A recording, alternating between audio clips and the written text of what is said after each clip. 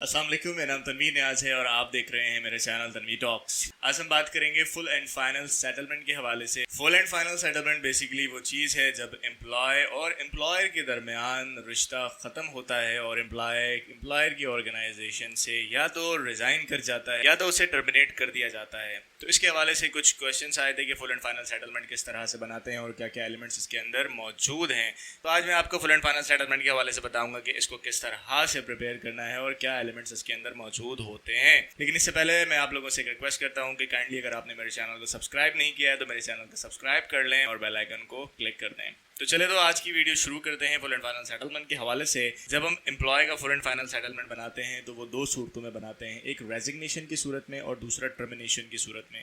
पहले तो मैं आपको रेजिग्नेशन और टर्मिनेशन का थोड़ा सा फ़र्क बता दूं। रेजिग्नेशन वो है जब एम्प्लॉय खुद रिज़ाइन करे और वो ऑर्गेनाइजेशन से अलहदगी चाहता हो और एम्प्लॉयर के साथ मुस्तकिल और काम करने के लिए तैयार ना हो किसी भी रीज़न की वजह से। वो एक लीगल प्रोसीजर को यूज़ करके अपने सर्विसेज को रिज़ाइन कर सकता है। रेजिग्नेशन का जो सिलसिला है वो परमानेंट एम्प्लॉय के लिए है। अगर वो प्रोबेशनरी पीरियड में है तो उसको नोटिस पे या फिर प्रॉपर रिज़ाइन करने की ज़रूरत नहीं, वो शॉर्ट नोटिस पे भी रिज़ाइन कर सकता है, क्योंकि रेजिग्नेशन के लिए आपको 30 डेज़ का नोटिस पे देना होता है। इसके बारे में भी मैं आगे बात करूंगा। अब मैं टर्मिनेशन की बात करता हूँ। टर्मिनेशन ये है कि एम्प्लॉयर नहीं चाहता हो कि आपकी सर्विसेज या एम्प्लॉय की सर्विसेज उसकी ऑर्गेनाइजेशन के साथ मज़ीद कंटिन्यू रहे, तो वो आपको टर्मिनेट कर देता है। हो सकता है कि डाउनसाइजिंग की वजह से टर्मिनेट कर दिया जाए, हो सकता है कि लॉसेस की वजह से टर्मिनेट कर दिया जाए, कोई भी रीज़न है अदर दैन मिसकंडक्ट अगर आप रेजिग्नेशन और टर्मिनेशन दोनों सूरतों में जाते हैं तो वो एक डिफरेंट सिलसिला है। तो ये तो मामला था रेजिग्नेशन और टर्मिनेशन का। ये दो चीज़ें क्या अहमियत रखती हैं, अब इसको मैं आगे आपको डिफ़ाइन और मज़ीद करूँगा। तो जब आप फुल एंड फाइनल सेटलमेंट बनाते हैं तो सबसे पहले फुल एंड फाइनल सेटलमेंट का एक फॉर्म होता है जिसके अंदर मुख्तलिफ डिटेल्स मौजूद होती हैं। उस डिटेल से पहले मैं आपको दो और चीज़ें बता दूं। जब एम्प्लॉय का फुल एंड फाइनल बनाया जाता है तो दो सूरतों में है, या तो रेजिग्नेशन या तो टर्मिनेशन। तो टर्मिनेशन हो या रेजिग्नेशन हो, दोनों सूरतों में टर्मिनेशन लेटर या फिर रेजिग्नेशन लेटर आपको फुल एंड फाइनल सेटलमेंट के साथ मौजूद होना चाहिए, क्योंकि ये सबसे पहले सीढ़ी है जिससे आपको ये पता चलेगा कि हाँ भाई एम्प्लॉय अब ऑर्गेनाइजेशन के साथ नहीं रहने वाला और इसके फुल एंड फाइनल सेटलमेंट की तरफ जाना है। दूसरा जो स्टेप होता है फुल एंड फाइनल सेटलमेंट बनाने से पहले या फिर उसको फाइनल पेमेंट देने से पहले, एक हम क्लियरेंस फॉर्म भी फिल करवाते हैं। क्लियरेंस फॉर्म से मुराद ये है कि ऑर्गेनाइजेशन बहुत सारे एम्प्लॉय को बहुत सारी सहूलियात फराहम करती है। मुख्तलिफ सहूलियात या सर्विसेज के साथ अटैचमेंट होती है, तो मुख्तलिफ पासवर्ड या मुख्तलिफ ऐसी चीज़ें जो कि एम्प्लॉयर की मिल्कियत होती है वो उससे वापस ले ली जाए। फॉर एग्जाम्पल, अगर किसी भी किस्म की ईमेल है, ईमेल का पासवर्ड दिया हुआ है या फिर ईमेल आईडी दी हुई है, उसको ख़त्म कर दिया जाए, उसको वापस ले लिया जाए। कोई ऐसा पासवर्ड दिया हुआ है पीसी का हो या किसी भी चीज़ के एक्सेस का हो, वो पासवर्ड उसको दोबारा से सेट कर दिया जाए, उससे वापस ले लिया जाए। कोई कीज़ अगर दी हुई है तो वो कीज़ वापस ले ली जाए। अगर कोई गाड़ी दी हुई है, बाइक दी हुई है तो वो वापस ली जाए। इसी तरह से पीपीई का मामला है, यूनिफॉर्म का मामला है, ईटीसी जो चीज़ें हैं, लैपटॉप है, कुछ भी हो सकता है। तो क्लियरेंस फॉर्म में बेसिकली करते ये हैं कि वो तमाम चीज़ें हम वापस लेते हैं और एक क्लियरेंस फॉर्म बनाते हैं। तो ये जब दो स्टेप हो जाते हैं तो फाइनल स्टेप आता है फुल एंड फाइनल सेटलमेंट को बनाने का। तो फुल एंड फाइनल सेटलमेंट को बनाने के स्टेप के अंदर मैं आपको बताऊं कि इसका एक फॉर्म डेवलप होता है, क्योंकि अब ये मेन फॉर्म है। फुल एंड फाइनल में क्या क्या चीज़ें होती हैं वो मैं आपको बताऊंगा। तो ये मेन फॉर्म है, इसके अंदर एम्प्लॉय का नाम होता है, एम्प्लॉय के फादर नेम, डेजिग्नेशन, इसकी सैलरी कितनी है, कब से कब तक ये काम कर रहा है, किस डेट पर रिज़ाइन किया है इसने, ये तमाम डिटेल फर्स्ट स्टेज में होती है।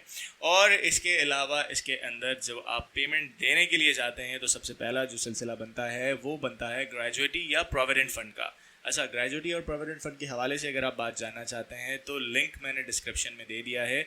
इन दोनों के हवाले से मेरे चैनल पे एक डिटेल वीडियो मौजूद है, आप उसे जाकर देख सकते हैं। तो एम्प्लॉय का जो टेन्योर होता है, जितने साल उसने काम किया होता है, उसके हिसाब से ग्रेजुएटी और प्रोविडेंट फ़ंड की जो पेमेंट बनती है वो आप एम्प्लॉय को अदा करते हैं। अब ग्रेजुएटी का तरीक़ेकार थोड़ा मुख्तलिफ है, प्रोविडेंट फ़ंड का मुख्तलिफ है, इसीलिए मैंने कहा है आप जाकर वो वीडियोज़ देखें तो आपको आसानी हो जाएगी। ग्रेजुएटी की पेमेंट ऐड होने के बाद कोई भी अनअवेयर्ड लीव होती हैं जो एम्प्लॉय की होती हैं, फॉर एग्जांपल एनुअल लीव के अलावा और कोई लीव इन कैश नहीं कर सकते इन केस अगर ऑर्गेनाइजेशन एम्प्लॉय को टर्मिनेट कर रही हो या एम्प्लॉयर रिज़ाइन कर रहा हो। अगर एनुअल लीव को अवेल करवाना है एज़ पर लॉ, लेकिन अगर एम्प्लॉय अवेल नहीं कर पाता है तो at the time of resignation और टर्मिनेशन उसको वो तमाम लीव्स, एनुअल लीव्स की अदा कर दी जाती हैं इन कैश की सूरत में जो वो नहीं अवेल करता। अब वो 14 हो, 10 हो, 12 हो या फिर 7 हो, ETC जो भी हो सकता है। तो ये दूसरा एलिमेंट था जो फुल एंड फाइनल में ऐड होता है। तीसरा एलिमेंट आता है बोनस का। अगर बोनस आप देते हैं, फिस्कल ईयर कंप्लीट हो रहा है और वो जा रहा है, क्योंकि अगर उस फिस्कल ईयर में वो मौजूद है तो उस बोनस का वो हकदार है। बेहतर ये होता है कि आप बोनस को भी उसी फुल एंड फाइनल के अंदर ऐड कर दें ताकि बाद में किसी परेशानी ना हो। और अगर आप देना ही नहीं चाहते तो फिर आपको देने की ज़रूरत नहीं है, आप उसको ये कहानी बना देते हैं कि फिस्कल ईयर जब क्लोज़ होगा तो फिर हम बोनस के लिए आपको याद करेंगे। और वो याद करना बहुत कम कंपनीज़ में ये सिलसिला है कि वो याद करते हैं। जो याद करते हैं वो बेहतरीन है, और जो याद नहीं करते हैं उनके बारे में क्या कहना। खैर, आगे बढ़ते हैं। अब बोनस ऐड कर लिया है आपने, इसके अलावा एक बात बनती है नोटिस पे की। अगर एम्प्लॉयर रिज़ाइन कर रहा है तो वो 30 दिन के नोटिस पे देगा एम्प्लॉयर को। अगर वो परमानेंट है तो 30 दिन के बाद वो फिर अपनी सर्विस को ख़त्म कर सकता है, इससे पहले अर्जेंट बेसिस पे नहीं।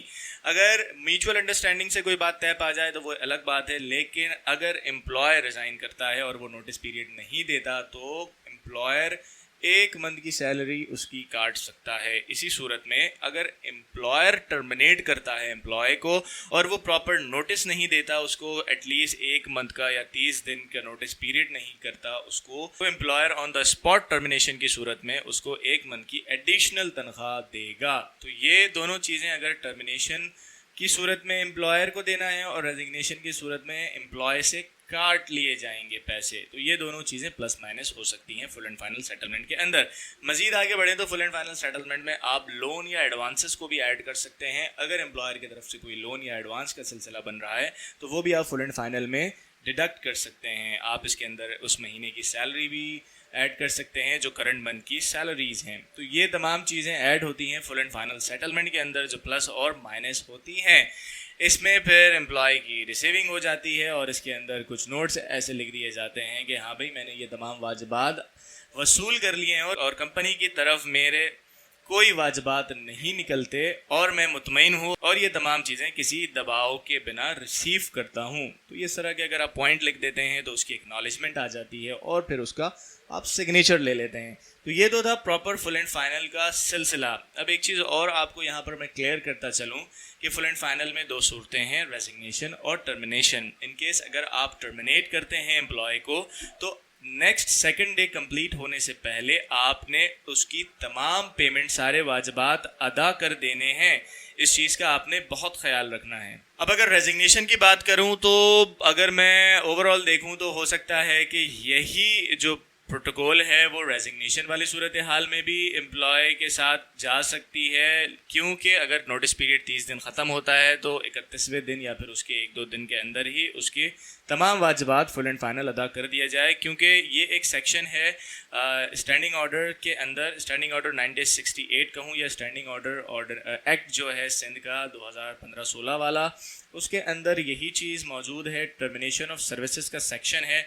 रेजिग्नेशन का कोई डिटेल जिक्र नहीं है कि भाई इसमें लिखा है कि टर्मिनेशन की सूरत में आपको सेकंड डे ख़त्म होने से पहले पेमेंट करनी है एम्प्लॉय को। अब टर्मिनेशन के अंदर रेजिग्नेशन को भी अगर ऐड कर लिया जाए तो एक ही सूरत हाल बन जाती है। लेकिन इसमें क्योंकि टर्मिनेशन का वर्ड यूज़ किया गया है तो हम यहाँ पर थोड़ी फ्लेक्सिबिलिटी ले लेते हैं और रेजिग्नेशन का अगर प्रोसेस जाता है वो एक फुल स्मूथ प्रोसेस होता है। तो 1 से 7 दिन के अंदर आप इन केस ऑफ रेजिग्नेशन तमाम पेमेंट्स को क्लियर कर सकते हैं एम्प्लॉयज़ की। लेकिन अगर आप टर्मिनेट करेंगे तो ये तमाम चीज़ें आपको अगले दिन यानी सेकंड डे ख़त्म होने से पहले क्लियर करनी है। तो ये तमाम चीज़ें थी जो कि फुल एंड फाइनल सेटलमेंट बनाते हुए हमें ख्याल रखना होता है। और हम फुल एंड फाइनल सेटलमेंट बनाते हैं तो इन तमाम चीज़ों को ऐड करते हैं अपने।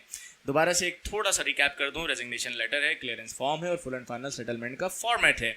इसके अंदर जो चीज़ें मैंने बताई हैं, आई होप कि आपको इससे फ़ायदा होगा और एक बेहतरी आएगी आपके काम के अंदर। अगर मज़ीद कोई क्वेश्चन मुझसे आप करना चाहते हैं, कोई कन्फ्यूजन है, तो आप कमेंट बॉक्स में ज़रूर पूछ सकते हैं। मेरी वीडियो अगर पसंद आई है तो इसे लाइक करें, शेयर करें और मेरे चैनल को काइंडली सब्सक्राइब करना ना भूलें।